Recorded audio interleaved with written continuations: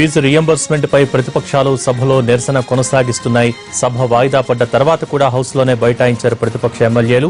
Fee reimbursement విషయంలో ప్రభుత్వం ఇచ్చిన మాట నిలబెట్టుకోవాలని, తమకు మాట్లాడే హక్కు ఇవ్వాలంటూ నిరసన తెలుపుతున్నాయి. మరి దీనికి సంబంధించి తాజా సమాచారం మా ప్రతినిధి చారి అందిస్తారు. చారి, ఎమ్మెల్యేల అరెస్టుకు కూడా రంగం సిద్ధమైనట్టుగా ప్రస్తుతం సమాచారం అవుతోంది. అక్కడ సిచ్యువేషన్స్ ఏంటి? తెలంగాణ అసెంబ్లీ సభలో సమావేశ మందిరంలోనే కాంగ్రెస్ పార్టీకి సంబంధించినటువంటి ఎమ్మెల్యేలతో పాటు టీడీపీ, సిపిఎం పార్టీకి సంబంధించినటువంటి ఎమ్మెల్యేల ఆందోళన, నిరసన కొనసాగుతున్నటువంటి పరిస్థితి కొనసాగుతోంది. ప్రధానంగా అసెంబ్లీలో గడిచిన 2 రోజులుగా ప్రభుత్వం ప్రవేశపెట్టినటువంటి షార్ట్ డిస్కషన్ కు సంబంధించిన చర్చ ముగిసిన తర్వాత ప్రభుత్వం నుంచి సీఎం కావచ్చు, మంత్రులు సమాధానం ఇచ్చిన తర్వాత దానికి క్లారిఫికేషన్స్ కు సంబంధించినటువంటి సమయాన్ని ప్రతిపక్షాలకు ఇవ్వటం లేదనేది ప్రధానంగా ప్రతిపక్షాలు చేస్తున్నటువంటి ఆరోపణ.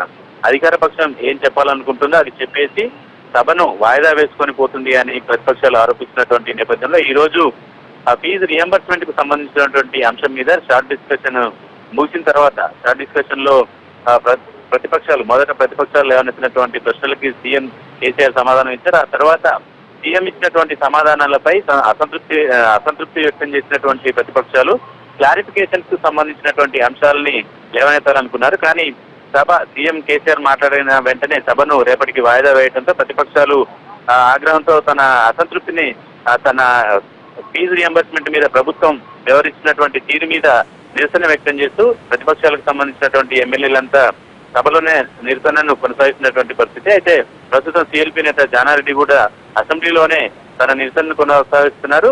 అయితే గడిచిన 4 గంటలుగా జరుగుతున్నటువంటి ఈ ఆందోళన నేపథ్యంలో పోలీసులు, అటు మార్షల్స్ ఇటు పోలీసులు అప్రమత్తం అయ్యారు. మరి కాసేపట్లో సభలో ఉన్నటువంటి సభ్యులందరినీ సభలో నుంచి బయటికి తీసుకురావడానికి ప్రయత్నాలు చేస్తున్నారు. ఇప్పటికే పోలీసు వాహనాలని కూడా సిద్ధం చేశారు.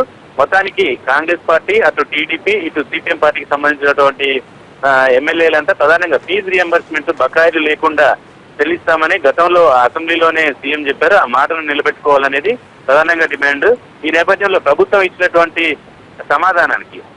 సమాధానానికి ప్రతిపక్షాలన్నీ సంతృప్తి చెందని నేపథ్యంలో ఈ ధర్నాన్ని కొనసాగిస్తున్నామని చెప్పేసి ప్రధానంగా చెప్తున్నటువంటి పరిస్థితి. ఓవరాల్ గా అసెంబ్లీ లోపల మాత్రం ఇప్పటికే చీఫ్ మార్షల్స్, పోలీసులు అసెంబ్లీ లోపలికి వెళ్లారు. ప్రతిపక్షాలకు సంబంధించినటువంటి ఎమ్మెల్యేలను తెలిపే ప్రయత్నం కూడా అసెంబ్లీ కార్యదర్శి 2 పర్యాయాలు ప్రయత్నించారు. అయితే ప్రస్తుతం నిరసనని కొనసాగించాలని నిర్ణయించినటువంటి నేపథ్యంలో వారందరినీ అరెస్టు చేయడానికి రంగం సిద్ధమవుతుంది.